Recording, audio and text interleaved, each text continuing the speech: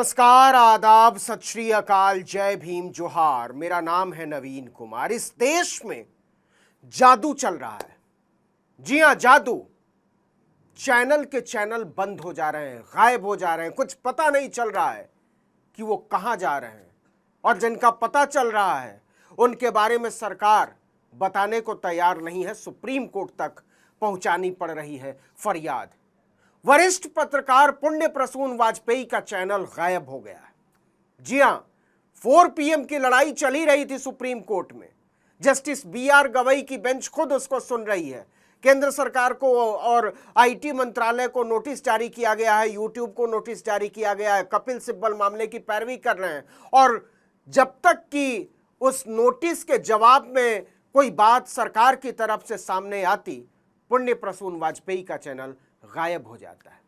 हम ब्लॉक नहीं कह रहे हैं, हम गायब कह रहे हैं, क्योंकि उस पर लिख कर आ रहा है कि यह चैनल उपलब्ध नहीं है। वरिष्ठ पत्रकार पुण्य प्रसून वाजपेयी यूट्यूब स्टूडियो, जिससे उस चैनल का संचालन होता है, उसको एक्सेस नहीं कर पा रहे हैं। उसमें लिख कर आ रहा है कि आप 24 घंटे के बाद फिर से कोशिश करें। यह चैनल हैकिंग का मामला है, चैनल को बंद किए जाने का मामला है, चैनल को बैन किए जाने का मामला। कुछ भी पता नहीं है। सिर्फ इतना पता है कि आप पुण्य प्रसून वाजपेयी के चैनल को नहीं देख सकते। तो और क्या क्या होने वाला है इस देश में। इसके पहले गिरिजेश वशिष्ठ के चैनल के साथ खिलवाड़ हुआ था। 4 PM को बंद ही कर दिया गया, बैन ही कर दिया गया, और उसमें नेशनल सिक्योरिटी की बात की गई, और पुण्य प्रसून वाजपेयी के चैनल का कुछ अता पता नहीं। 4 PM वाले केस में क्या हुआ, इस पर आएंगे, लेकिन पहले जरा पुण्य के बारे में हम लोग एक थोड़ी सी बात कर लेते हैं। आपको याद हो, जब पुण्य प्रसून वाजपेयी ABP में काम किया करते थे, तो जब उनका शो चलता था तो अचानक से स्क्रीन काली हो जाया करती थी, सब कुछ गायब हो जाया करता था, चैनल का लोगो तक आना कई बार बंद हो जाया करता था। और ये सब खिलवाड़ तब तक चलता रहा जब तक पुण्य प्रसून उस चैनल को छोड़ नहीं देते हैं। फिर वो आज तक में जब थे, उन्होंने रामदेव का एक इंटरव्यू किया था, और बहुत चुभते हुए तीखे सवाल उठाए थे रामदेव के ट्रस्ट को लेकर, उनकी कारोबारी गतिविधियों को लेकर, उनके कारोबार के मॉडल को लेकर, और तलमिला गए थे रामदेव। और इसके कुछ ही दिनों के बाद पुण्य प्रसून वाजपेयी को आज तक छोड़ देना पड़ता है। तो ये सवाल उठाने की कीमत है क्या? ये सरकार की आंख में आंख डालकर बात करने की कीमत है क्या? प्रधानमंत्री नरेंद्र मोदी ऐसे किसी पत्रकार से बात नहीं करते हैं जो उनसे वाजिब सवाल पूछ सके, जो वाकई जिनको पत्रकारीय सवाल कहा जा सकता है। वो ऐसे सवालों को पसंद करते हैं कि आम काट कर खाते हैं या चूस कर, आप बंटवा रखते हैं क्या, आप थकते क्यों नहीं हैं, आप कोई टॉनिक लेते हैं क्या। एक पत्रकार तो यहां तक गया कि आपसे सवाल ही क्या पूछे, आपसे तो सवाल कोई बनता ही नहीं है, आपने इतना काम कर दिया है, देश को आप वहां तक लेकर चले गए। लेकिन पुण्य प्रसून वाजपेयी के चैनल का गायब हो जाना चिंता पैदा करता है। मुझे नहीं पता कि क्या हुआ है, वास्तविक स्थिति क्या है, और किसी को नहीं पता, और किसी को क्या, खुद पुण्य प्रसून वाजपेयी को नहीं पता है कि उनका चैनल गायब होकर कहां चला गया। क्योंकि उनके पास भी यही लिख कर आ रहा है कि आप कोशिश करते रहिए, कोशिश करते रहिए, और कई बार यह लिख कर आ रहा है कि 24 घंटे के बाद कोशिश कीजिएगा। तो यह हैकिंग का भी मामला हो सकता है। लेकिन फिर सवाल उठता है कि पुण्य का ही चैनल क्यों हैक किया गया, या इसकी आशंका क्यों है, या 4 PM को ही क्यों बंद किया गया, या गिरिजेश के चैनल के साथ ही क्यों छेड़खानी हुई। और ये सारे जो मामले हैं उन्हीं पत्रकारों के साथ क्यों हो रहे हैं जो सरकार से सवाल पूछते हैं, जो पत्रकारीय मूल्यों की बात कर रहे हैं, जो लोकतंत्र, संविधान, मनुष्यता की बात कर रहे हैं, जो बराबरी की बात कर रहे हैं, जो पूछ रहे हैं कि रोजगार कहाँ है, जो पूछ रहे हैं कि समानता क्यों है, जो पूछ रहे हैं कि आप धर्म के आधार पर लोगों को मार क्यों रहे हैं, जो पूछ रहे हैं कि जिस मॉडल को आप विकास कह रहे हैं वो जमीन पे नजर क्यों नहीं आता, जो पूछ रहे हैं कि गुर्बत के दिनों में सेंट्रल विस्टा कैसे बनता है, संसद की नई इमारत कैसे बनती है। तो सवाल उठाने वालों के दुर्दिन चल रहे हैं, बुरे दिन आ गए हैं। वैसे अच्छे दिन किसके आए हैं, यह इस देश में हर नागरिक खोज रहा है, तलाश करने की कोशिश कर रहा है, उसको मिल नहीं रहा अच्छे दिन। सिवाय भाजपा के नेताओं और साक्षात प्रधानमंत्री नरेंद्र मोदी के अलावा अच्छे दिन का एहसास इस मुल्क में किसी को नहीं हो रहा है। यहां तक कि भाजपा के समर्थकों को भी नहीं हो रहा है, नरेंद्र मोदी और उनकी वैचारिकी के शागिर्दों को भी नहीं हो रहा है, आईटी सेल के ट्रोलर्स को भी नहीं हो रहा है अच्छे दिन का एहसास।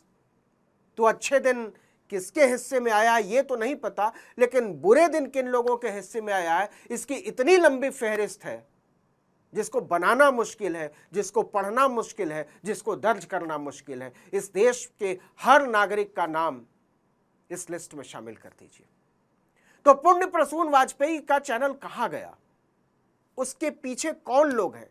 क्योंकि ये केवल टेक्निकल मामला तो नहीं है, निश्चित तौर पर इसके पीछे कुछ लोग हैं, और जो लोग हैं वो बहुत ही इतने क्रूर हैं जिन्हें पता है कि आवाज़ों को कैसे दबाया जाना है और कैसे उन आवाज़ों को दबाया जाना है जिनकी पैठ जनता में है, जिनकी विश्वसनीयता जनता में है, जो भीड़ को भीड़ नहीं नागरिकता के बोध से लैस करना चाहते हैं, जो बार बार संविधान मनुष्यता की बात कर रहे हैं, और इसीलिए ऐसे लोगों को बार बार निशाना बनाया जा रहा है।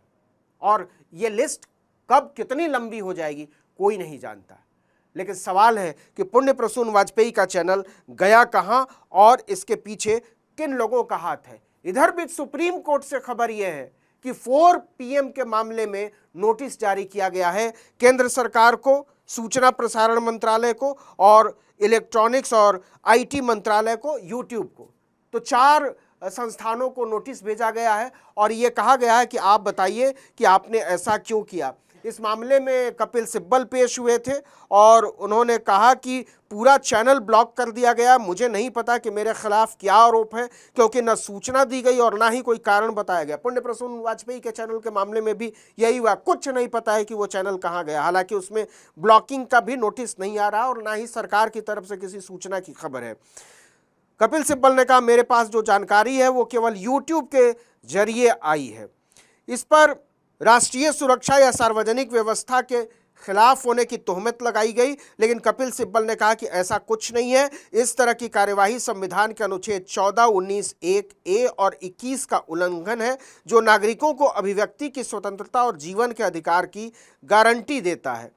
तो संजय शर्मा जो कि 4 PM चैनल को संचालित करते हैं, उनके मामले में ये पहली सुनवाई हुई सुप्रीम कोर्ट में, और न्यायमूर्ति BR गवई और न्यायमूर्ति KV विश्वनाथ की पीठ ने सुनवाई करते हुए कहा कि कोई भी एंटरिम यानी अंतरिम आदेश पारित करने से पहले हम सरकार और अन्य पक्षों को सुनना चाहते हैं। 1 हफ्ते का समय दिया गया है सबको जवाब दाखिल करने के लिए, लेकिन जवाब आने से पहले और सुप्रीम कोर्ट का नोटिस सरकार तक पहुंचता, इसके पहले हम तक ये सूचना पहुंच गई कि पुण्य प्रसून वाजपेयी का चैनल गायब हो गया है। तो वो चैनल कहाँ है और पुण्य प्रसून वाजपेयी का चैनल ही क्यों गायब किया गया? और इसके बाद का सवाल कि क्या आने वाले दिनों में वो तमाम नाम इसी लिस्ट का हिस्सा बनने वाले हैं जिनका जिक्र हमने किया थोड़ी देर पहले कि संविधान की बात करते हैं, मनुष्यता की बात करते हैं, एकता, बंधुत्व, भाईचारे की बात करते हैं। क्या इन सारे नामों पर खतरा है? उनके बनाए हुए यूट्यूब चैनल्स पर और सोशल मीडिया पर खतरा मंडरा रहा है? और क्या बात इससे भी आगे जाएगी? क्योंकि सोशल मीडिया और चैनल को बंद करना तो एक पहलू है, क्या शारीरिक तौर पर भी कोई नुकसान पहुंचाया जा सकता है? क्या ये जो भूमिका बनाई जा रही है वो केवल डराने की भूमिका है या इससे कहीं आगे बढ़कर कुछ करने की कोई रूपरेखा बनाई जा रही है? और अगर ऐसा हो रहा है तो वो कौन लोग हैं, वो क्या कर सकते हैं, कहां तक नुकसान पहुंचा सकते हैं?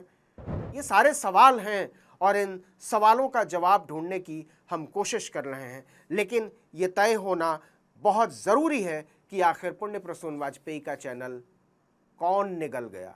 आसमान निगल गया कि धरती निगल गई, या फिर आसमान और धरती के बीच में जो आसमानी ताकतें हैं, ज़मीन से ऊपर उठती हुई जो दिखने और दिखाने की कोशिश करती हैं, उनकी मुट्ठी में कुछ ऐसा है जो खुलती है तो चैनल गायब हो जाते हैं। इस वीडियो में इतना ही, लेकिन अगर आपने आर्टिकल 19 इंडिया को अब तक सब्सक्राइब नहीं किया तो फौरन कर लीजिए, बेल आइकॉन दबाइए, घंटी जैसी आकृति, लाइक कीजिए और कमेंट करके बताइए हमारा वीडियो आपको कैसा लगा। हमारा ट्विटर हैंडल है article19_India और मेरा ट्विटर हैंडल है नवीन जर्नलिस्ट। नमस्कार।